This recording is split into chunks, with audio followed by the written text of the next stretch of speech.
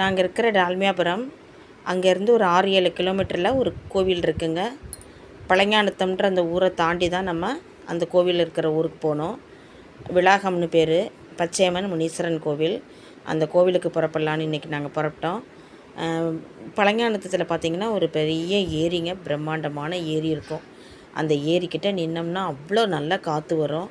பாசனத்துக்கு உண்டான தண்ணியெல்லாம் அந்த ஊர் மக்களுக்கு அந்த ஏரியிலேருந்து தாங்க வரும். நிறைய மேய்ச்சலுக்கு ஆடுங்க காலையிலேயே போயிட்டுருந்துச்சு. வீட்டுக்கு பார்த்திங்கன்னா ஆடு வச்சுருப்பாங்க, மாடு வச்சுருப்பாங்க. விவசாயத்தை மெயின் பண்ணி இருக்கக்கூடிய கிராமம் அது. பாருங்கள், இப்போ தண்ணி ரொம்ப கம்மியாக இருக்குது. தண்ணி நிறைய இருக்கக்கூடிய காலங்களில் மண் தரையே தெரியாது. அந்த அளவுக்கு ரொம்ப கடல் போல் காட்சியளிக்கக்கூடிய மிகப்பெரிய ஏரிங்க அது. அது ஒரு வாய்க்காலில் பிரிஞ்சு வரும். அந்த வாய்க்காலில் கூட இப்போ அதிகம் தண்ணி இல்லை, சும்மா தேங்கின தண்ணி மாதிரி தான் இருக்குது. அதில் பார்த்திங்கன்னா குட்டி குட்டி கெண்டை மீனெல்லாம் துள்ளிகிட்டு இருந்துச்சு. அதை ரொம்ப க்ளோஸில் எடுக்க முடியல. அந்த பாலக்கட்டையிலேருந்து குனிஞ்சு எனக்கு தெரிஞ்ச வரைக்கும் நான் எடுத்திருக்கேன். தண்ணி நிறையா இருக்கிற காலத்தில் வாய்க்காலில் நல்லா ஃபுல்லாக தண்ணி போடுங்க. இப்போது ஆடி 18 டயத்தில் தண்ணி நிறையா இருக்கும். 2 மாதத்துக்கு ஒரு தடவை நாங்கள் டைம் கிடைக்கும் பொழுது அந்த கோவிலுக்கு போயிட்டு வருவோம். அங்கே போயிட்டு வந்தாலே மனசில் இருக்கிற பாரம் குறைஞ்ச மாதிரி இருக்கும். நம்ம கவலையெல்லாம் நம்ம தெய்வங்கள்கிட்ட சொன்ன மாதிரி இருக்கும். அப்புறம் வரும்போது மனசு லேசான மாதிரி ஒரு ஃபீல் வருங்க. நம்மளுக்கு எப்போதுமே தெரியும், அது இந்த கிராமத்தில் இருக்கக்கூடிய அந்த கோவில்கள் ரொம்ப சக்தி வாய்ந்தது. பாருங்கள், கெடை மாடுன்னு சொல்லுவாங்க. இதெல்லாம் வயக்காட்டில் ராமநாதபுரத்துக்காரவங்க அந்த டென்ட் அடித்து போட்டிருப்பாங்க. அந்த மாடுங்கள்லாம் போயிட்டு இருந்துச்சு. இப்போது ரொம்ப கொஞ்சம் வறண்ட மாதிரி இருக்குது. சாகுபடி காலங்களில் பார்த்திங்கன்னா பச்சை பசேல்னு இருக்கும். கண்ணுக்கு ரொம்ப ஒரு குளிர்ச்சியாக இருக்கக்கூடியது. இப்போ நம்ம கிட்டத்தட்ட விளாகத்துக்கு பக்கத்தில் நெருங்கிட்டோம். அங்கேயும் ஏரி இருக்கும், ஊருக்கு ஏரி இருக்கும். இந்த ஏரி ரொம்ப சின்ன ஏரி தாங்க. ஆடு மாட்டுக்கு தண்ணிக்கு மக்கள் குளிக்கிறதுக்கு அது பயன்படும். விளாகம்ன்ற அந்த ஊர் வந்துருச்சு. இங்கேருந்து கொஞ்சம் தூரத்தில் தான் அந்த கோவில். இங்கேயும் பார்த்திங்கன்னா அந்த கோவிலை சுற்றி பசுமையாக இருக்கும். ரொம்ப சோளக்குள்ளே உட்காந்துருப்பார் முனீஸ்வர சாமியும். அந்த பச்சாயும் பார்த்திங்கன்னா அப்படியே குழுன்னு இருக்கும் அந்த இடமெல்லாம்.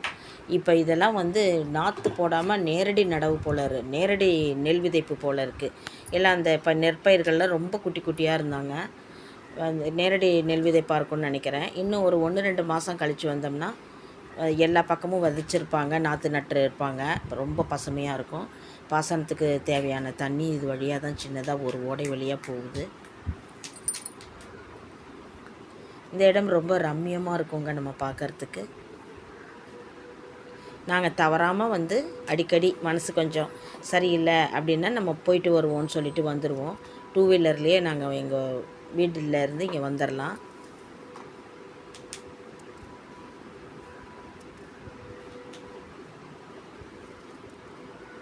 காற்று நல்லா அடிக்குது குளுன்னு.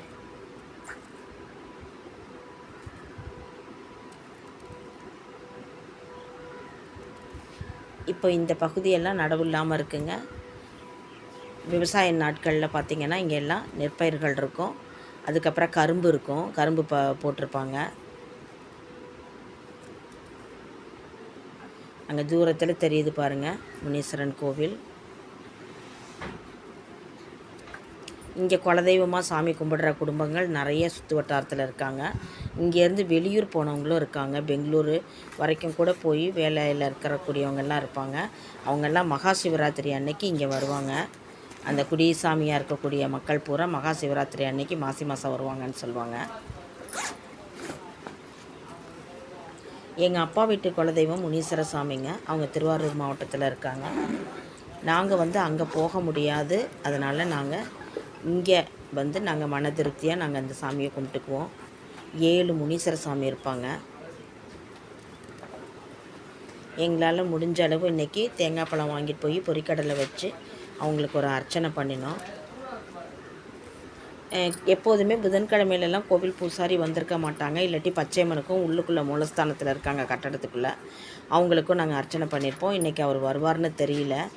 ஆனால் நாங்கள் போய் ஒரு 1/2 மணி நேரம் இங்கே சாமி கும்பிட்டதுக்கப்புறம் ஒரு 1/2 மணி நேரம் கழித்து வந்திருந்தாங்க அவங்க. இன்னொரு குடும்பமும் சாமி கும்பிட வந்திருந்தாங்க. அந்த கட்டடத்துக்குள்ளே தான் பச்சையம்மன் இருக்காங்க. அவங்கள நம்ம ஃபோட்டோலாம் எடுக்க முடியாது. அவர்கிட்ட நம்ம மனசில் இருக்கிற பாரத்தை இறக்கி வச்சுட்டு அவங்க பக்கத்துணையாக இருப்பாங்கன்னு ஒரு பிரார்த்தனை பண்ணிவிட்டு அந்த நம்பிக்கையோடையே நாங்கள் எங்கள் ஊருக்கு புறப்பட்டு வர ஆரம்பித்தோங்க. இந்த வீடியோ பிடிச்சிருந்ததுன்னா லைக் பண்ணுங்கள். நீங்களும் உங்கள் பக்கத்தில் இருக்கிற கிராம கோயிலுக்கு போவீங்களான்னு சொல்லுங்கள். தேங்க்யூம்மா.